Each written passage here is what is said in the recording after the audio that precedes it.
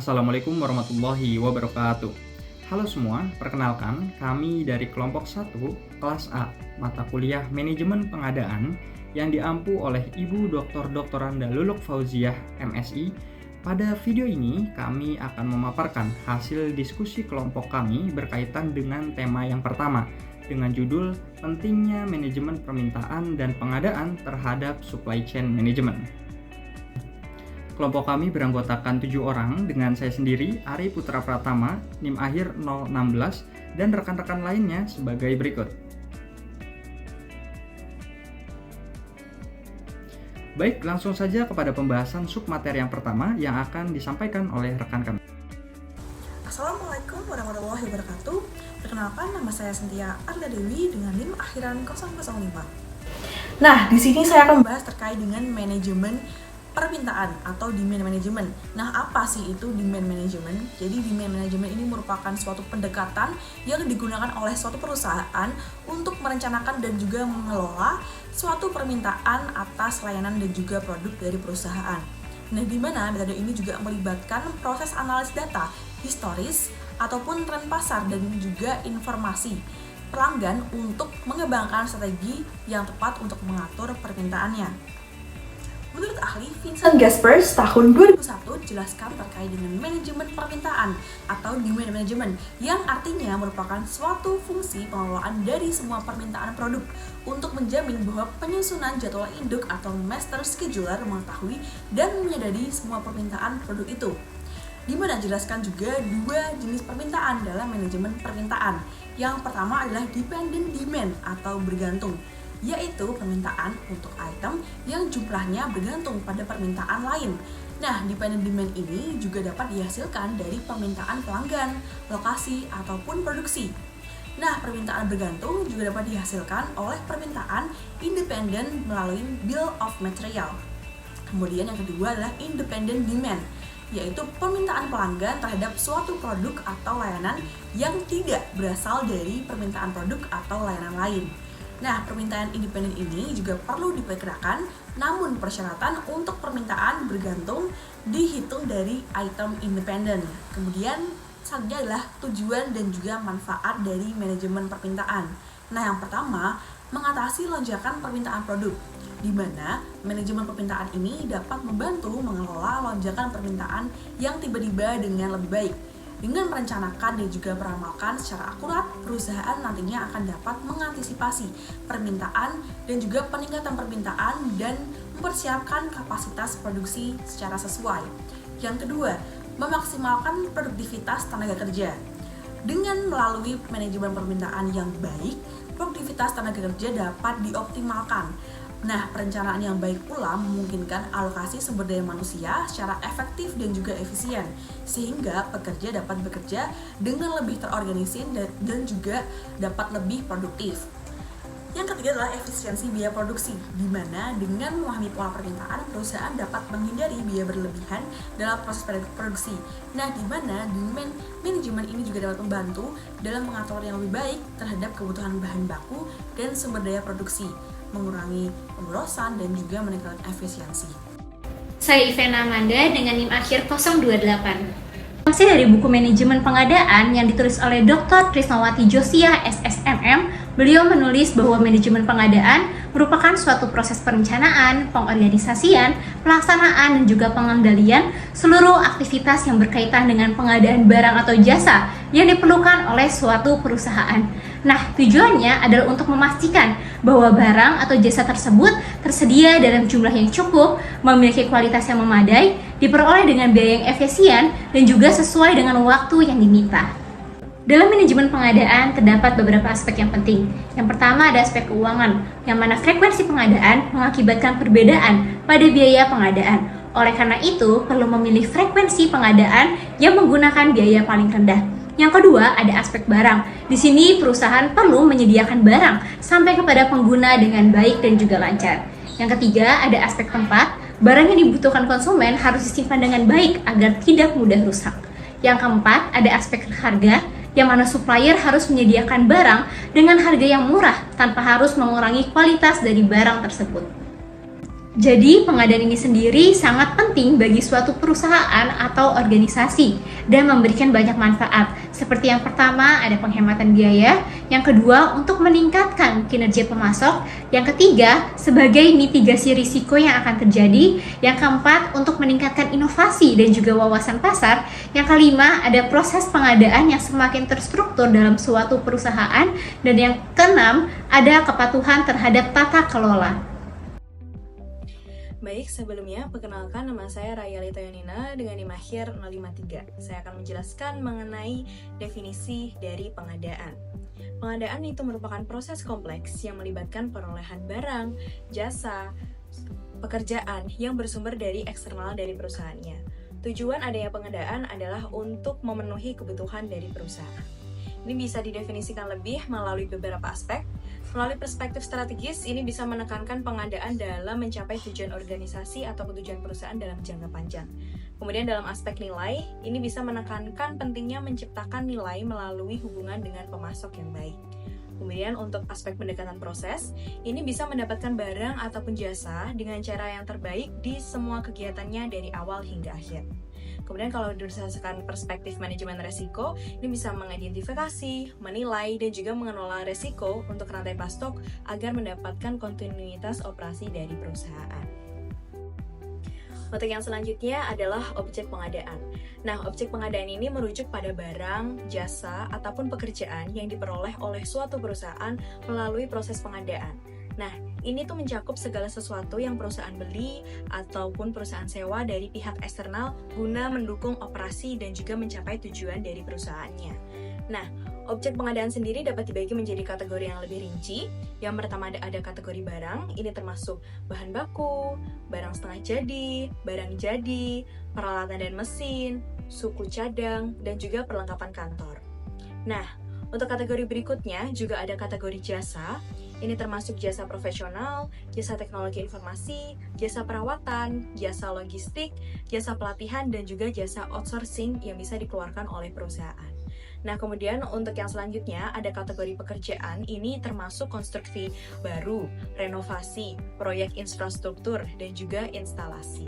Kemudian ada kategori selanjutnya yaitu aset yang tidak terwujud. Itu merupakan lisensi perangkat lunak, hak kekayaan intelektual seperti hak paten, hak merek dagang, hak cipta, dan juga franchise. Nah, untuk yang kategori selanjutnya ataupun yang terakhir ini ada energi dan utilitas. Ini yang termasuk seperti listrik, air, gas, dan juga telekomunikasi yang dipakai di perusahaan. Baik, saya Ananda Ferdi Danwarta dengan NIM akhir 017. Di sini saya akan menjelaskan tentang ruang lingkup pengadaan. Apa sih ruang lingkup pengadaan itu? Ruang lingkup pengadaan adalah seluruh cakupan aktivitas atau proses yang terlibat dalam perolehan barang, jasa, atau kegiatan lainnya yang dikerjakan dan dibutuhkan oleh suatu perusahaan atau organisasi. Ruang lingkup pengadaan ini mencakup seluruh kegiatan strategis dan operasional yang dimulai dari identifikasi kebutuhan hingga pemanfaatan teknologi terkini untuk mendukung kegiatan pengadaan modern. Dalam kelompok kami, ruang lingkup pengadaan ini dibagi menjadi 6. Yang pertama adalah perencanaan strategis dan analisis kebutuhan. Ruang lingkup ini mencakup aktivitas awal dalam proses pengadaan yang berfokus pada identifikasi dan perencanaan kebutuhan. Yang kedua adalah manajemen sumber dan seleksi pemasok. Fokus utama dari ruang lingkup ini adalah mengidentifikasi, mengevaluasi, dan memilih pemasok yang tepat. Yang ketiga ada manajemen kontrak dan pemesanan. Ruang lingkup ini meliputi aktivitas yang berhubungan dengan pelaksanaan dan pengelolaan kontrak serta proses pemesanan. Yang keempat adalah manajemen kinerja dan hubungan pemasok. Ruang lingkup ini berfokus pada evaluasi dan pengembangan hubungan dengan pemasok. Yang kelima adalah pengadaan berkelanjutan dan etis. Ruang lingkup ini mencakup aspek keberlanjutan dan etika dalam proses pengadaan. Dan yang keenam adalah teknologi dan analitik pengadaan. Ruang lingkup ini berfokus pada pemanfaatan teknologi dan analisis data dalam proses pengadaan. Perkenalkan, nama saya Reza Syahrani dengan NIM akhir 058. Untuk materi yang selanjutnya yaitu ada hubungan pengadaan dan supply chain management. Supply chain terdiri atas dua bagian yaitu upstream supply chain dan downstream supply chain. Di dalam upstream supply chain, aktivitas yang utama adalah pengadaan. seluruh pihak yang terlibat dalam proses pengadaan barang dapat dikatakan sebagai bagian dari sebuah supply chain. Dalam proses ini dibutuhkan manajemen lainnya seperti mitra, pemasok, produsen, penyedia jasa transportasi, gudang, hingga staf untuk menjamin keselarasan dan komunikasi yang baik di antara seluruh kesatuan bisnis dan rantai pasokan. Pengadaan harus selaras dengan strategi rantai pasokan agar tujuan organisasi terpenuhi untuk mengatasi potensi masalah secara dini dan memanfaatkan peluang untuk meningkatkan efisiensi pada rantai pasokan. Jika keputusan pengadaan dibuat tanpa mempertimbangkan implikasinya terhadap rantai pasokan, dapat menyebabkan inefisiensi, biaya yang lebih tinggi, dan penurunan tingkat layanan. Oleh karena itu, manajemen pengadaan dan rantai pasokan yang saling menginformasikan dan mendukung sangat penting bagi keberhasilan organisasi. Contohnya diperlukannya sinergi pemasok dan pengadaan dalam manajemen rantai pasokan harus dapat mengidentifikasi pemasok yang tepat dan efisien. Sinergi ini dapat mengoptimalisasi biaya, mitigasi risiko, dan ketangkasan dalam beradaptasi dengan kondisi pasar yang dinamis untuk mencapai keunggulan dalam manajemen rantai pasokan. Kolaborasi yang harmonis antara pemasok dan pengadaan menjadi penting dalam mencapai efisiensi operasional dan mempertahankan keunggulan kompetitif. Assalamualaikum warahmatullahi wabarakatuh.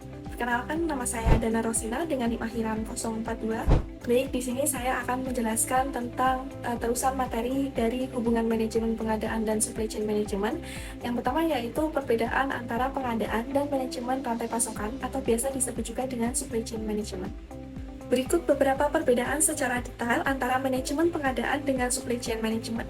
Yang pertama, supply chain management berkonsentrasi pada output dan pengiriman, sedangkan pengadaan berkonsentrasi pada masukan.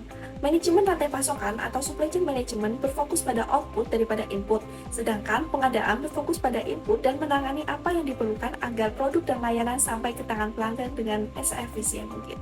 Perbedaan yang kedua yaitu manajemen pengadaan dilihat dari inti operasional, sedangkan supply chain management dilihat dari kerangka strategis. Manajemen pengadaan inti operasional tujuannya adalah untuk membuat proses pembelian menjadi lebih efisien sehingga perusahaan dapat mendapatkan barang yang tepat dengan harga yang tepat dan pada waktu yang tepat. Namun, supply chain management pada dasarnya strategis, tidak hanya melihat transaksi tertentu, tetapi juga melihat keseluruhan rantai pasokan, serta mengatur semua komponennya. Dan yang ketiga, yaitu tujuan dan sasaran akhir manajemen pengadaan adalah ketepatan dalam akurasi, sedangkan supply chain management adalah optimasi komprehensif. Tujuan akhir pengadaan adalah untuk menurunkan biaya tanpa mengorbankan kualitas, sehingga meningkatkan keuntungan perusahaan dengan membuat keputusan pembelian yang tepat. Sebaliknya, tujuan dan sasaran akhir supply chain management adalah komprehensif dan multifaset, dengan fokus pada pengoptimalan menyeluruh dan penciptaan nilai. Perbedaan dalam tujuan dan sasaran akhir antara pengadaan dan supply chain management menyoroti peran penting pengadaan dalam pengendalian biaya dan pengaruh supply chain management yang lebih luas terhadap efektivitas keseluruhan organisasi dan posisi strategis di pasar. Baik, selanjutnya saya akan menjelaskan tentang dampak dan pengaruh manajemen pengadaan terhadap rantai pasokan atau biasa disebut juga dengan supply chain management. Yang pertama yaitu kontrol kualitas. Kontrol kualitas ini merupakan pilihan pemasok mempengaruhi kualitas bahan baku dan komponen produk akhir yang lebih baik, lebih sedikit kendala produksi dan reputasi pasar yang lebih baik dihasilkan dari input berkualitas tinggi. Selanjutnya, yang kedua yaitu manajemen biaya. Pada manajemen biaya ini, pengadaan yang hemat biaya memungkinkan strategi penetapan harga yang kompetitif dan meningkatkan margin keuntungan. Selanjutnya, yang ketiga yaitu manajemen inventaris. Pada manajemen inventaris ini, tingkat persediaan dipengaruhi oleh waktu dan keuntungan pengada. Kebijakan pengada tepat waktu, misalnya dapat mengurangi biaya penyimpanan tetapi membutuhkan waktu keandalan yang tepat. Dan yang keempat adalah mitigasi risiko. Pada mitigasi risiko ini, dengan menggunakan strategi diversifikasi pemasok dalam pengadaan, rantai pasokan dapat dilindungi dari gangguan yang disebabkan oleh bencana alam, perubahan geografis, atau kebangkrutan pemasok. Baik, berikut adalah pemaparan dari saya dan selanjutnya akan dilanjutkan oleh teman saya, Raiza. Lalu ada perencanaan permintaan. Pengadaan dapat menggunakan informasi dari perakiraan penjualan dan sistem manajemen inventaris untuk menentukan waktu pembelian dan menegosiasikan kontrak agar sesuai dengan siklus bisnis dan perubahan permintaan. Lalu ada manajemen hubungan pemasok atau SRM. Respon dari operasi rantai pasokan dapat memberitahu pengadaan tentang pemasok mana yang berhasil dan perlu diganti. Ada inovasi teknologi dan proses. Karena kemajuan teknologi dalam rantai pasokan, pengadaan mungkin perlu mencari pemasok baru atau mengubah persyaratan dengan pemasok yang sudah ada untuk mengintegrasikan inovasi ke dalam operasi perusahaan. Dari pemaparan dan juga penjelasan yang telah disampaikan sebelumnya, dapat diambil kesimpulan bahwasanya manajemen permintaan, pengadaan, dan supply chain management adalah 3 pilar utama dalam bisnis. Manajemen permintaan akan memprediksi kebutuhan pasar, kemudian manajemen pengadaan itu akan memenuhi permintaan tersebut, dan juga supply chain management akan mengelola seluruh aliran produk dari awal hingga akhir. Ketiga fungsi ini saling terkait dan bekerja sama untuk memastikan bahwasanya produk yang tepat itu tersedia pada waktu yang tepat juga, dengan biaya yang seminim serta seefisien mungkin.